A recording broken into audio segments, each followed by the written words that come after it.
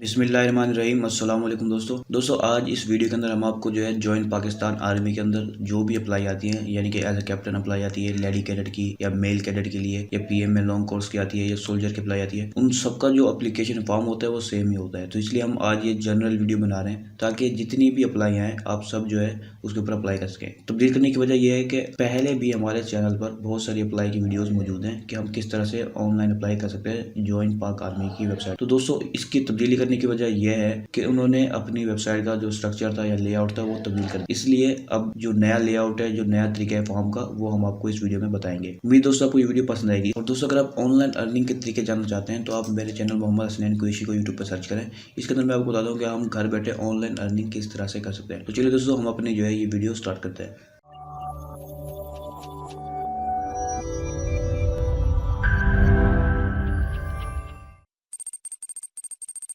दोस्तों ये देखिए, ये जो है आर्मी का रजिस्ट्रेशन फॉर्म है जो सबके लिए सेम होगा, ठीक है। तो अब मैं आपको जो है तरतीब से बताता हूँ कि हमने सबसे पहले क्या करना है। तो दोस्तों सबसे पहला जो ऑप्शन है वो है हमारा कोर्स को सिलेक्ट करना है। दोस्तों कोई भी कोर्स होगा, यानी कि अब जो है as a captain male cadet की अप्लाई आई हुई है तो उसकी ये सारे जो है एप्लीकेशन फॉर्म मौजूद है, ठीक है। आपने जिसके पर भी आपने जिस पोस्ट पे भी अप्लाई करना है उसको आप सिलेक्ट कर लेंगे, ठीक है। सबसे पहले अगर लेडी कैडेट की आएगी तो यहाँ लेडी कैडेट की शो हो रही होंगी, ठीक है। इसके लिए सोल्जर की होंगी तो यहाँ सोल्जर की शो होंगी। आपने जिस पोस्ट पे भी करना है उसको आप सिलेक्ट कर लेंगे, ठीक है। उसके बाद दोस्तों दूसरा जो ऑप्शन है वो है टेस्टिंग सेंटर का। जिस सेंटर में भी आप अपना टेस्ट देना चाहते हैं जो आपके करीब तरीन हो वो आप यहाँ से सिलेक्ट कर सकते। उसके बाद अगला ऑप्शन है नेम का, ठीक है। आपने यहाँ पर अपना नेम लिखना है मुकम्मल। दोस्तों सबसे पहली चीज जो मैं आपको बता जाऊँ ये है कि जिनके ऊपर भी रेड स्टार हो उसका मतलब है कि वो लाजमी है, वो हिस्से फिल करना लाजमी है। अगर वो आप फिल नहीं करेंगे तो आपकी ऑनलाइन अप्लाई नहीं होगी। दोस्तों उसके बाद जो नेक्स्ट ऑप्शन है वो है डेट ऑफ बर्थ का। यहाँ पर अपनी डेट ऑफ बर्थ सेलेक्ट करेंगे, दिन के लिहाज से कि किस कौन सी तारीख थी। फिर उसके बाद जनवरी या कोई भी महीना जो भी हो वो महीना सेलेक्ट करेंगे और अपनी ईयर लिखेंगे आगे, ठीक है। उसके बाद अपने CNIC नंबर या फिर बेफाम नंबर लिखना है यहाँ। उसके अगला ऑप्शन है वेरीफाई करना है आपने दोबारा से जो कैंडिडेट है यानी कि आप हैं वो आप अपना जो आपने यहाँ पर बेफाम नंबर या CNIC नंबर लिखा था वो आप दोबारा से यहाँ पर लिखेंगे। फॉर्मेट बिल्कुल ऐसा होना चाहिए, यहाँ पर उन्होंने फॉर्मेट भी दिखा दिया है। उसके बाद फादर या गार्डियन का नेम लिखेंगे आप यहाँ पर। फिर अगले ऑप्शन में फादर या गार्डियन का CNIC नंबर लिखेंगे। उसके बाद फादर का जो है प्रोफेशन बताएंगे आप कि वो बिजनेसमैन है या प्राइवेट जॉब है, जो भी हो वो आप यहाँ से सिलेक्ट करेंगे। लेकिन अगर आपकी फादर की जो भी प्रोफेशन है वो यहाँ नहीं मिलती तो आप अदर को सिलेक्ट कर लेंगे, ठीक है। उसके बाद अपने प्रोफेशन की डिटेल बताएंगे फादर की। फिर फादर का रैंक बताएंगे अगर वो कोई गवर्नमेंट का ऑफिसर है, ठीक है। अगर नहीं है तो फिर आपने यहाँ पर कुछ भी नहीं करना क्योंकि ये लाजमी भी नहीं है, ठीक है। उसके बाद फादर आर्मी नंबर लिखेंगे। अगर वो आर्मी का ऑफिसर है तो ये लाजमी नहीं है, अगर है तो लिखेंगे आप, ठीक है। फादर की रेजिमेंट या कॉप्स के बारे में पूछ रहे हैं, लेकिन ये सब कुछ जो है उसके फादर के लिए जिसका फादर जो है आर्मी में काम करता है। उसके बाद जो फादर पेरेंट यूनिट पूछ रहे हैं वो, तो ये भी सब कुछ जैसे मैंने बताया गवर्नमेंट टीचर या जो आर्मी के हैं उनके लिए, ये जो सिविलियन है या बिजनेसमैन है या प्राइवेट जॉब है उनको फिल करना लाजमी नहीं है। दोस्तों उसके बाद है फादर का स्टेटस बताना है, वो हयात हैं या वफात पा चुके हैं ये आपने बताना है। उसके बाद फादर की टोटल इनकम बतानी है, ठीक है। उसके बाद इसके बाद है प्लेस ऑफ डेथ। अगर फादर फोर्थ हो चुके हैं तो प्लेस ऑफ डेथ बताएंगे आप। अगर वो अलाइव है तो यहाँ पर आपने कुछ भी नहीं बताना, ठीक है। उसके बाद ये भी यूनिट का है तो आपने ये इसको रहने दें। उसके बाद ऑपरेशन की प्लेस पूछ रहे हैं वो, अगर वो इंजरी यानी कि किसी हादसे में फोत हुए हैं तो वो पूछ रहे हैं। दोस्तों अगर आपके फादर की वफात किसी इंजरी की वजह से हुई है तो वो यहाँ पूछ रहे हैं कि माइनर इंजरी थी या मेजर थी।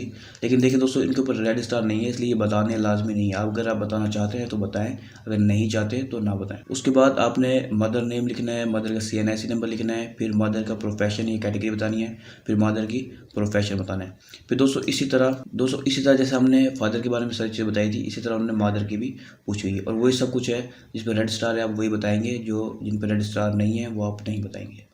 वो लाजमी नहीं होते इसलिए आप बताना चाहें तो बताएं, नहीं बताना चाहते हैं तो ना बताएं, ठीक है। उसके बाद यहाँ फादर की ऑक्यूपेशन है, सॉरी एजुकेशन है, आप एजुकेशन बताएंगे फादर की। सिबलिंग यानी कि आपकी जो बहन भाई हैं वो टोटल कितने हैं वो बताएंगे। फैमिली इनकम, टोटल इनकम कितनी है, अगर वो सारे जितने भी यानी कि मदर अलग कमाती है फादर अलग तो टोटल इनकम कितनी है तो आप यहाँ बताएंगे।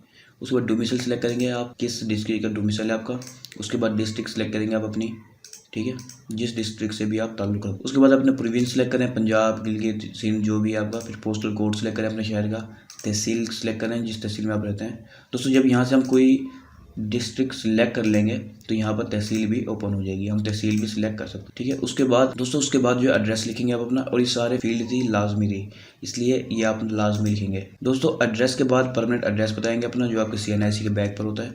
ठीक है, फिर जेंडर सेलेक्ट करेंगे, मेल या फीमेल। इसके ऊपर सिर्फ मेल आ रहा है क्योंकि इस वक्त जो है एज अ कैप्टन मेल की अप्लाई आई है, फीमेल अप्लाई नहीं कर सकते इसके। तो मैरिड स्टेटस बताएंगे, अनमैरिड है या मैरिड है। ठीक है, फिर मुस्लिम है या नॉन मुस्लिम है वो आप बताएं। उसके बाद सेक्ट बताएंगे, अगर आप मुस्लिम है तो आप किस सेक्ट से ताल्लुक है, सुन्नी या शिया। ठीक है, उसके बाद नॉन मुस्लिम है तो आप नॉन मुस्लिम की किस कम्युनिटी से वो आप बताएंगे। उसके बाद कास्ट के बारे में बताएंगे, फिर मोबाइल नंबर आप लिखेंगे, मोबाइल नंबर लाजमी है या आपने लाजमी देना है। फिर ईमेल एड्रेस बताएंगे।